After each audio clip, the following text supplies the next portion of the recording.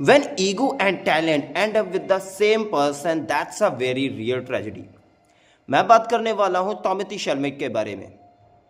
आप उस एक्टर को जानते हैं कि काफ़ी ज़्यादा ही मेहनती एक्टर है।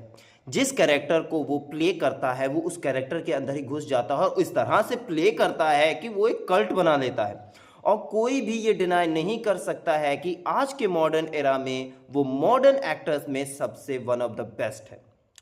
खैर, मैं बात करूंगा कि कैसे टॉमिथी शैलमेट इस बार ऑस्कर में पीछे रह गए। इतनी ज़्यादा बेहतरीन अपनी मूवी को प्रमोट करने के बाद भी उनको एक भी ऑस्कर नहीं मिला है, और किस तरह से मैंने जो कहा है कि ईगो और टैलेंट जब एक साथ आते हैं तो वो बवाल करते हैं। फिर डून 3 का आगे क्या होने वाला है। तो welcome in this video where I am Yuvraj Singh आप लोगों से बात करने आया हूं, और मैं प्रॉमिस करूंगा कि अब मैं कंसिस्टेंसी के साथ वीडियो देने वाला हूं। तो टॉमिथी शैलमेट जिसने A24 स्टूडियो के साथ में अपनी मार्टी सुप्रीम मूवी थिएटर्स में दी, और मूवी इतनी ज़्यादा बेहतरीन थी और उसमें उसकी परफॉर्मेंस इतनी ज़्यादा लाजवाब थी कि लोग उसकी बिना बात किए हुए रह ही नहीं पाए। लोगों को मूवी पसंद आई, लोग थिएटर में देखने गए, बिगेस्ट ओपनिंग भी ली और बहुत ही अच्छे तरीके से वो थिएटर्स में रन की। लेकिन सबसे आइकॉनिक इसके साथ ये हुआ कि जिस तरह से टॉमिथी शैलमेट ने इस मूवी को प्रमोट किया। हर वो ब्रॉडकास्ट में गए, हर तरीके का उन्होंने इंटरव्यू किया, मूवी को उन्होंने सोशली काफ़ी ज़्यादा ही रिप्रेजेंट किया, मूवी के मर्चेंडाइज बेचे गए और बहुत ही अच्छे तरीके से उन्होंने एक कैंपेन चलाई जिसमें उन्होंने अपनी मूवी को ऑल ओवर द वर्ल्ड अच्छे तरीके से प्रमोट किया, और इसको ऑस्कर के अंदर आई थिंक 9 और 10 नॉमिनीज भी दिए गए।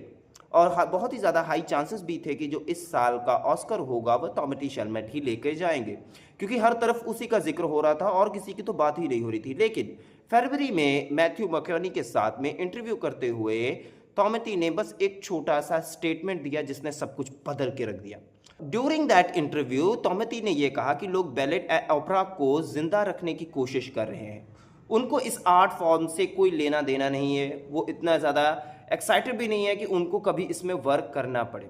और खैर, मैं बता दूं ये वो आर्ट फॉर्म है जिसमें हमारी 100% ऑल ओवर द वर्ल्ड में से सिर्फ 3% ही ऐसे लोग हैं जो इसका ऑडियंस के रूप में वहाँ पर टिकट खरीदते हैं और जाते देखते हैं। लेकिन फिर भी उसके इस तरह के एक स्टेटमेंट देने के बाद में मानो पूरी दुनिया के अंदर ही आग लग गई हो।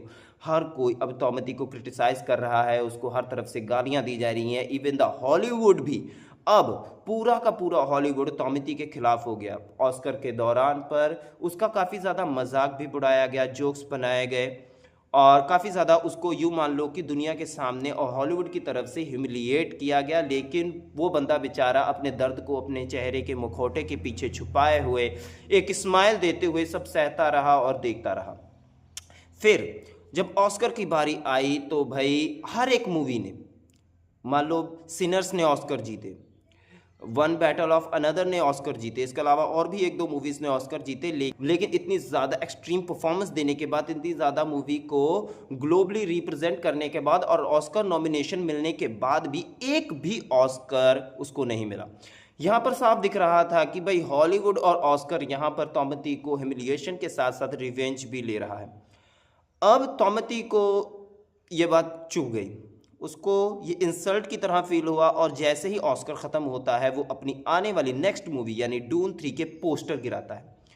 सिर्फ पोस्टर से ही हर तरफ खलबली मच जाती है कि ओ माय गॉड, हम लोग कुछ बहुत बड़ा विटनेस करने वाले हैं, कुछ बहुत बड़ा होने वाला है। और उसके नेक्स्ट डे ही हमें वार्नर ब्रदर्स और टॉमिथी की तरफ से डून 3 का ट्रेलर देखने को मिलता है। और जिस तरह से वो ट्रेलर हमारे सामने आता है, जिस तरह से उसमें हमें टॉमिथी की परफॉर्मेंस देखने को मिलने वाली है, और जिस तरह की स्टोरी वो हमें रिप्रेजेंट करने वाले हैं, मान लो इंटरनेट और ये पूरी दुनिया पलट गई। हर तरफ अब बस टॉमिथी ही टॉमिथी होने लगा। हर कोई ये बात करने लगा कि नहीं नहीं, उसके साथ इनजस्टिस हुआ है, वो बहुत ही ग्रेट एक्टर है, ग्रेट परफॉर्मेंस है।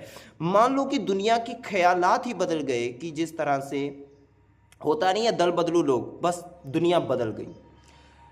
अब हमें यहाँ पर ये साफ तो दिख रहा है कि भाई टॉमिथी अब रिवेंज मोड पे है, क्योंकि ईगो इतनी जल्दी शांत नहीं होती है। तो अब वो डायरेक्टर जो है उसने भी आज तक बहुत ही बेहतरीन मूवी दी है, लेकिन उसको भी कभी ऑस्कर नहीं मिला। तो एक तो डायरेक्टर के मन में खुन्नस होगी, ऊपर से एक्टर भी वैसे ही है। अब चाहे तो तुम ये समझ लो कि ये किसी तरह की एक पीआर की गई या उन्होंने इस तरह की स्ट्रैटेजी बनाई कि वो अपने आने वाली मूवी को प्रमोट करेंगे, लेकिन कुछ भी रहा हो, मैं ये मान के चलने वाला हूँ कि जब अगले साल या इस साल जब ऑस्कर होंगे और टॉमथी वहाँ स्टेज के ऊपर ग्लोबली ऑस्कर को पकड़े हुए अपनी स्पीच देगा, तो मैं ये चीज़ चाहूँगा कि वो इस चीज़ को पॉइंट करते हुए अपना एक स्टेटमेंट दे।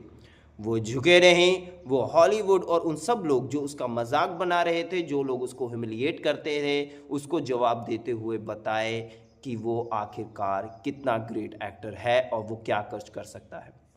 क्योंकि with all respect I feel कि जब आपकी ईगो हर्ट होती है या आपकी ईगो को कोई चैलेंज देता है, तो वो जो आग अंदर लगती है ना, वो आग नहीं ठंडी होती है।